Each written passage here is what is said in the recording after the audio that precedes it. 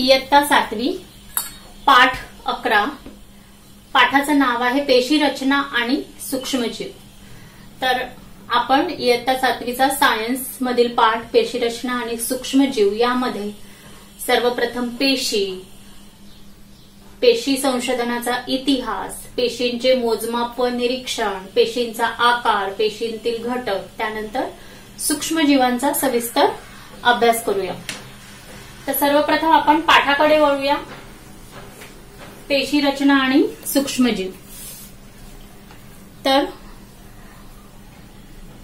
सजीवांचे शरीर ज्या सूक्ष्म घटकांनी बनले आहे त्याला काय म्हणतात? या घटकांची संख्या सर्व सजीवांमध्ये सारखी असते का? तर आज आपण शिकतोय पेशी रचना आणि सूक्ष्मजीव। पेशी म्हणजेच काय? तर पेशी म्हणजेच सेल। तर सजीवांचे शरीर हे पेशी या सूक्ष्म घटकांनी बनलेले आहे आणि या पेशींची संख्या प्रत्येक सजीवात निरनिराळी असते। तर आता आपण बघतोय पेशी, पेशीलाच म्हणतात सेल। तर पाठाकडे वळूया। पेज नंबर 71 पेशी म्हणजे सेल। तर पेशीमय रचना हे सर्व सजीवांचे प्रमुख लक्षण आहे। पेशी हा सर्व सजीवांचा रचनात्मक व कार्यात्मक असा मूलभूत घटक आहे। हे आपण मागील इयत्तेत अभ्यासले आहे। तर इथे आता हा तक्ता पूर्ण करायला दिलेला आहे। तर वरील प्रवाही तक्त्यामध्ये आपण पुस्तकांची संघटनात्मक रचना पाहिली आहे, त्याचप्रमाणे सजीवांची संघटना पातळी असते। सजीवांची संघटन पातळी असते। पेशी, ऊती, इंद्रिय संस्था अशा शरीर पातळ्या असतात। सर्व सजीवांची रचना व कार्य ही पेशींच्या पातळीवर होत असतात। पेशींच्या आधारे सजीवांच्या जीवनक्रिया घडून येतात। तर इथे बघा चित्र 11.1 सजीवातील संघटन। इथे एक पेशीय सजीवांच्या जीवनक्रिया कोठे होतात? पेशी, ऊती, इंद्रिय संस्था आणि हे शरीर। तर आता आपण वळूया। पेशी, सर्व सजीवांचे शरीर पेशीमय रचनेने बनलेले आहे। सर्व सजीवांचे शरीर हे पेशीमय रचनेने बनले आहे। सर्व सजीवांचा रचनात्मक व कार्यात्मक आणि मूलभूत घटक म्हणजेच पेशी होय। पेशी संशोधनाचा इतिहास। तर इसवी सन 1665 मध्ये रॉबर्ट हुक या शास्त्रज्ञाने पेशींचा शोध लावला। 1838 साली एम.जे. श्लायडेन व थिओडोर श्वान या दोन शास्त्रज्ञांनी पेशींच्या रचनेविषयी सिद्धांत मांडला। आर. विरशॉ यांनी सर्व पेशींचा जन्म हा पूर्वी अस्तित्व असलेल्या पेशींमधूनच होतो असे 1885 साली स्पष्ट केले। तर हे ते होऊन गेलेले आहे शास्त्रज्ञ। हे बघा, रॉबर्ट हुक या शास्त्रज्ञाने इसवी सन 1665 मध्ये बुचाच्या झाडाचा पातळ काप घेऊन तो सूक्ष्मदर्शकाखाली पाहिला। तेव्हा त्याला कापामध्ये मधमाशीच्या पोळ्यातील कप्प्यांप्रमाणे रचना दिसून आली। या कप्प्यांना त्याने पेशी हे नाव दिले। सेल म्हणजेच कप्पे, लॅटिन भाषेत सेल्युला म्हणजेच लहान खोली होय। एम.जे. श्लायडेन व थिओडोर श्वान या दोन शास्त्रज्ञांनी 1838 साली पेशींच्या रचनेविषयी सिद्धांत मांडला की सर्व सजीव पेशींपासून बनलेले असतात आणि पेशी हा सजीवांचा पायाभूत घटक आहे। 1885 मध्ये आर. विरशॉ यांनी सर्व पेशींचा जन्म हा पूर्वी अस्तित्वात असलेल्या पेशींमधूनच होतो असे स्पष्ट केले।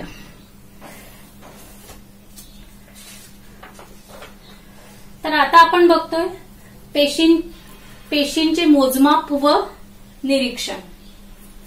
तर या संयुक्त सूक्ष्मदर्शक आपण पेज नंबर 72 वर बघतोय। हे जे संयुक्त सूक्ष्मदर्शक आहे, खाली हा पाया आहे सूक्ष्मदर्शकाचा, त्यानंतर हे जे दिसतंय हे प्रकाश स्त्रोत आहे, त्यानंतर हा मंच आहे, हा वास्तुभिंग आहे, तर ही नलिका आहे, हे नेत्रभिंग आहे की ज्यातून आपण हे सगळं बघतो, स्थूल समायोजक आहे आणि हे सूक्ष्म समायोजक आहे।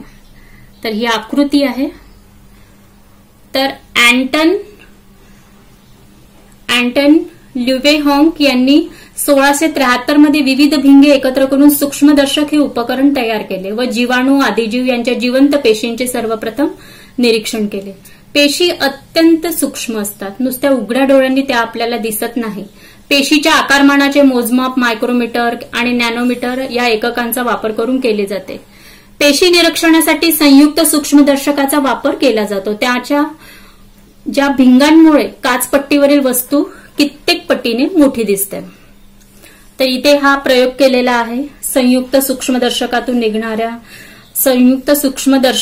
दिसणाऱ्या कांद्यांच्या पेशी.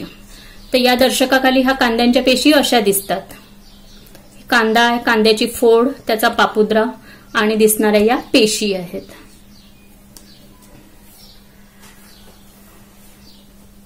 तर 1 सेंटीमीटर बरोबर 10 मिलीमीटर, 1 मिलीमीटर बरोबर 1000 मायक्रोमीटर आणि 1 मायक्रोमीटर बरोबर 1000 नॅनोमीटर. आता आपण बघतोय पेशींचा आकार. पेशींचा आकार म्हणजे साईज ऑफ सेल्स. तर सजीवांच्या पेशी ह्या विविध आकारांच्या असतात. त्यांचा आकार त्यांच्या कार्यानुसार असतो. गोलाकार, दंडाकार, स्तंभाकार, सर्पिलाकार, अंडाकृती, आयताकार अशा विविध प्रकारच्या आकाराच्या पेशी, विविध आकारांच्या पेशी असतात. पेशींचा आकार विविध असतात. तर आपण बघूया पान नंबर 73. विविध पेशी दिलेल्या आहे. सजीवांच्या पेशींच्या आकारात विविधता असते. हे बघा, स्पायरोगॅरा, मेदपेशी, अमिबा, अंडपेशी, चेतापेशी, शुक्रपेशी, अस्थिपेशी, स्नायूपेशी, पृष्ठभागावरील पेशी आणि तांबड्या रक्तपेशी. तर ह्या निरनिराळ्या आकाराच्या या पेशी असतात. त्याच्यानंतर हे बघा, आकृती 11.5 इलेक्ट्रॉन सूक्ष्मदर्शकाच्या साह्याने दिसणारी पेशी. या प्राणी पेशी आहे आणि या वनस्पती पेशी आहे. तर या इलेक्ट्रॉन सूक्ष्मदर्शकाच्या साह्याने या दिसणाऱ्या पेशी आहेत.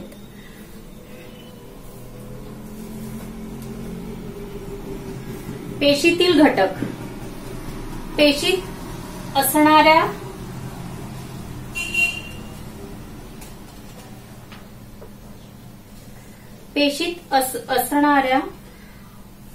घटकांना पेशी अंगके असे म्हणतात. प्रत्येक पेशी अंगकाचे कार्य जीवन प्रक्रियेशी निगडित असते. इलेक्ट्रॉन सूक्ष्मदर्शकाखालीच त्यांची 2 अब्ज पर्यंतची वर्धित प्रतिमा दिसून येते. पेशींचे 2 मुख्य प्रकार असतात. पहिला प्रकार असतो आदी केंद्रकी आणि दुसरा असतो दृश्य केंद्रकी. तर आदी केंद्रकी पेशी सूक्ष्मजीवात असतात आणि दृश्य केंद्रकी पेशी वनस्पती पेशी व प्राणी पेशी असे 2 प्रमुख प्रकार आहेत. तर आता सर्वप्रथम बघूया आपण पेशीभित्तिका. पेशीभित्तिका वनस्पती पेशींभोवती स्वतंत्र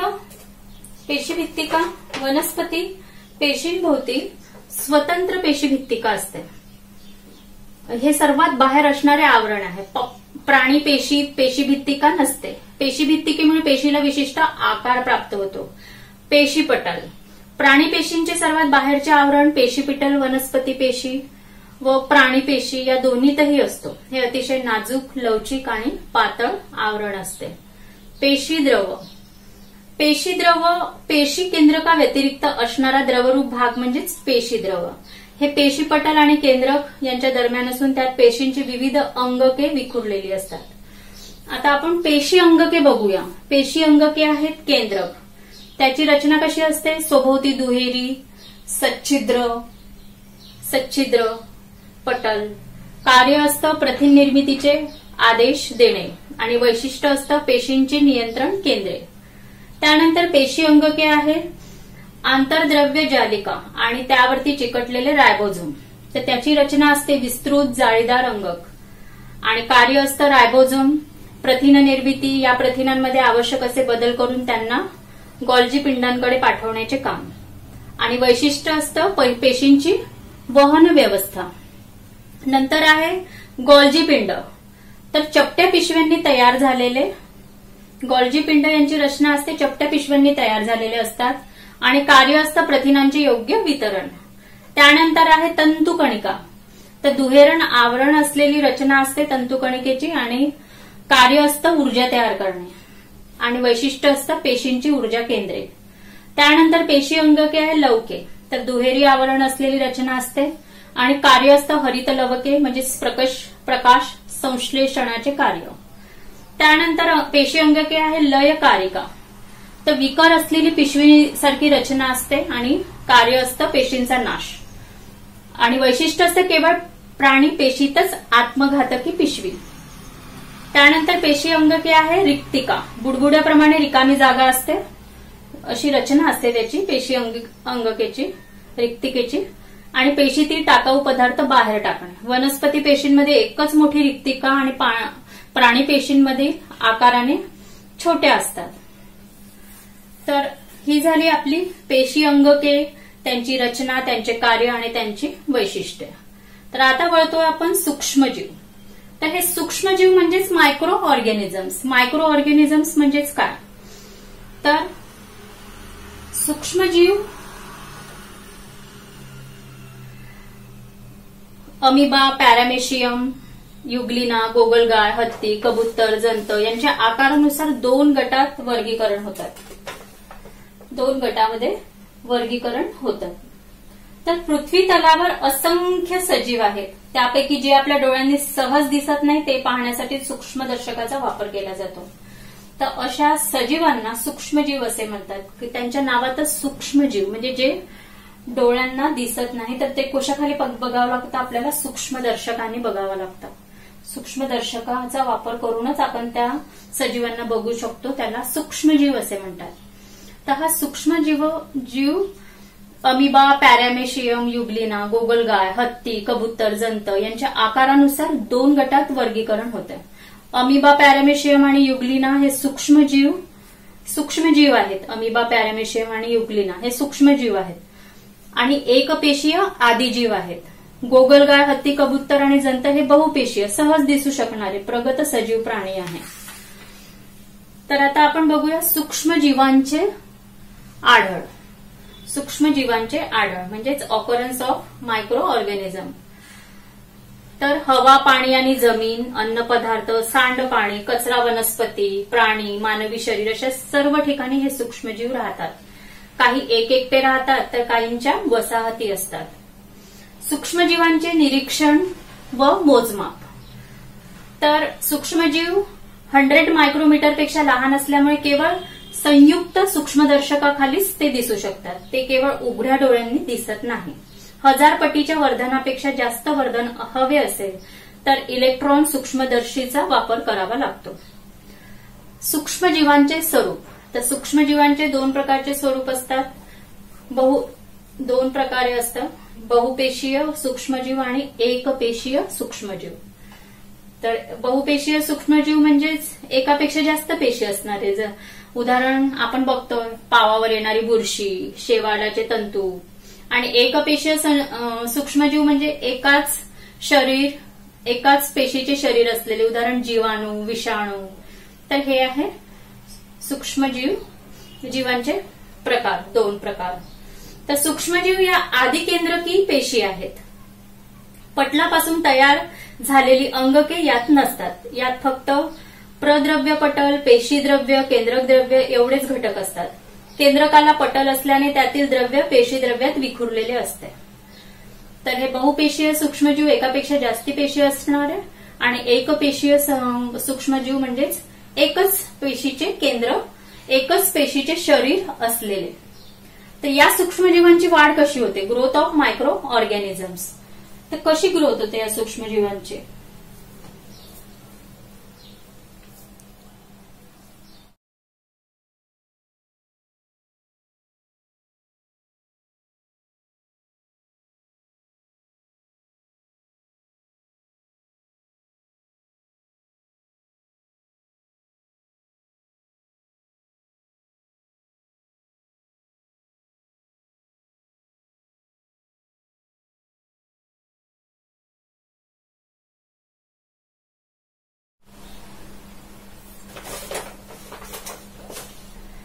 इथे आपण पेज नंबर 75 वर बघूया विविध सूक्ष्मजीव.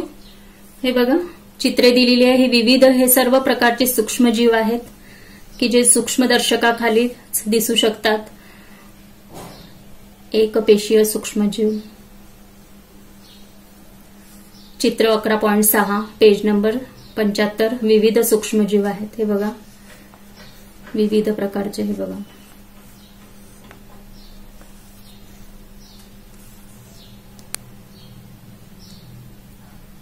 तर आता आपण बघूया सूक्ष्मजीवांचे स्वरूप. सूक्ष्मजीवांचे स्वरूपमध्ये ते बहुपेशीय असतात, एकपेशीय असतात. हे आपण आताच बघितलं आहे. बहुपेशीय म्हणजे एकापेक्षा जास्त पेशी असणारे. एकपेशीय म्हणजेच एकच पेशीचे शरीर असलेले जीवाणू आणि विषाणू. तर आता बघूया आपण सूक्ष्मजीवांची वाढ कशी होते, म्हणजे ग्रोथ ऑफ मायक्रो ऑर्गॅनिझम्स. तर वाढ व प्रजनन होण्यासाठी विशिष्ट परिस्थितीची आवश्यकता असते. प्रतिकूल परिस्थिती स्वतःभोवती कठीण कवच तयार करून ते आपली जीवन प्रक्रिया थांबवतात. अनुकूल परिस्थिती आली की कवचातून बाहेरून पुन्हा आपली जीवन प्रक्रिया सुरू करतात. काहींना वाढीसाठी ऑक्सिजन आवश्यक असतो आणि काहींना त्याची आवश्यकता नसते. काही प्रतिकूल परिस्थिती सुद्धा टिकून राहतात. उदाहरण समुद्रतळ, ध्रुवीय प्रदेशातील बर्फ, गरम पाण्याचे झरे. तर अशा प्रकारे या सूक्ष्मजीवांची वाढ होते. तर सूक्ष्मजीवांचे वर्गीकरण. सूक्ष्मजीवांचे वर्गीकरण शैवाल, कवके, आदिजीव, जीवाणू, विषाणू असे सूक्ष्मजीव आकार आणि जीवन प्रक्रियेनुसार वर्गीकृत केले जातात. उपयुक्त सूक्ष्मजीव म्हणजे युजफुल मायक्रो ऑर्गॅनिझम्स. कचऱ्याचे विघटन, बायोगॅस निर्मिती, सांडपाणी व्यवस्थापन, नायट्रोजन स्थिरीकरण, दुग्धजन्य पदार्थाची निर्मिती, कातडी कमावणे, घाय पातापासून धागे मिळवणे, पदार्थांचे अपघटन, अल्कोहोल, जीवनसत्वे, प्रतिजैविक, सायट्रिक आम्ल, लॅक्टिक आम्ल इत्यादींची निर्मिती, तेल तवंग प्रक्रिया, किण्वन. तर हे उपयुक्त सूक्ष्मजीव आहेत. किण्वन म्हणजेच फर्मेंटेशन. तर किण्वन प्रक्रियेमुळे सूक्ष्मजीव काही कार्बनी पदार्थाचे दुसऱ्या कार्बनी पदार्थात रूपांतर करून उष्णता आणि कार्बन डायऑक्साईड व इतर वायू तयार करतात. यांचा वापर आपण आंबवण्याच्या प्रक्रियेसाठी करतो. प्रतिजैविके व लसी. क्षय, टायफॉइड, कॉलरा अशा रोगांवर प्रतिजैविके. पाळीव प्राण्यांसाठी, वनस्पतींसाठी प्रतिजैविके. प्रयोगशाळेत सूक्ष्मजीवांच्या मदतीने रोग प्रतिकारक क्षमता वाढवणारी लस तयार केली जाते. पेनिसिलिन सारख्या प्रतिजैविके म्हणजेच अँटीबायोटिक्स औषधांची निर्मिती विशिष्ट जातींच्या सूक्ष्मजीवांपासून केली जाते. आता उपद्रवी सूक्ष्मजीव कोणते, जे की आपल्याला हार्मफुल असतात. Harmful micro organisms. बंद डब्यात चुकून राहिलेली मिठाई किंवा पाव यांचे 3-4 दिवसांनी काय होते, जर अन्न पदार्थ वेळेत खाल्ले गेले नाही तर ते सूक्ष्मजीवांमुळे खराब होतात आणि पावांवर बुरशी वाढताना दिसते. अन्न विषबाधा म्हणजे फूड पॉयझनिंग. काही सूक्ष्मजीव त्यांची वाढ होत असताना एंटेरोटॉक्झिन्स हे विषारी पदार्थ अन्नात मिसळतात. या पदार्थांनी अन्न दूषित होते. दूषित अन्न सेवन केल्यास आपल्याला उलट्या व जुलाब होतात किंवा गंभीर विषबाधाही होऊ शकते. शिळ्या ओलसर अन्नावर बुरशी येते. ही बुरशी पांढऱ्या चकतीसारख्या, पापुद्र्यासारखी किंवा काळ्या कणांप्रमाणे दिसते. उन्हाळ्याच्या दिवसात दूध, मांस हे पदार्थ नासतात. अन्नाची काळजी कशी घ्यायची, तर अन्न आणि पाणी हे सुरक्षित असावे. स्वच्छ भारत अभियान ही राष्ट्रीय चळवळ सार्वजनिक आहे. रोगकारक सूक्ष्मजीव. पुढील मार्गाने रोगकारक सूक्ष्मजीव आपल्या शरीरात पोहोचतात. अस्वच्छ व दूषित पाण्याद्वारे, दूषित अन्नाद्वारे, श्वसन मार्गाचे रोग झालेल्या व्यक्तींच्या खोकण्यातून, शिंकण्यातून, डासांच्या दंशातून रोगकारक सूक्ष्मजीव आपल्या शरीरात पोहोचतात. तर दूषित माध्यम काय आणि त्यापासून कोणते रोग होतात, तर दूषित माध्यम आहे जलाशयांजवळील अस्वच्छता, शिळे व उघड्यावरील दूषित अन्न. त्याने रोग होतो आमांश, टायफॉइड, कॉलरा, कावीळ, गॅस्ट्रो असे अन्ननलिकेचे रोग होतात. त्यानंतर दूषित हवा. दूषित हवेने सर्दी, खोकला, घटसर्प, न्यूमोनिया, क्षय हे रोग होतात. डासांचा दंश. तर त्यामुळे हिवताप म्हणजेच मलेरिया, डेंग्यू, हत्तीरोग, पित्तज्वर, चिकनगुनिया, झिंका ताप हे रोग होतात. ताप. मानवी शरीराचे नेहमीच तापमान सुमारे 37 डिग्री सेंटीग्रेड इतके असते, परंतु शरीरात सूक्ष्मजीव शिरल्यावर आपल्या रक्तातील प्रतिकार यंत्रणेमुळे शरीराचे तापमान वाढते. त्यामुळे सूक्ष्मजीव नष्ट होतात. जखम भरताना देखील हेच घडते. तर आज आपण इयत्ता 7वीचा पेशी रचना आणि सूक्ष्मजीव हा पाठ शिकलेलो आहे. तर हा पाठ आपला संपलेला आहे.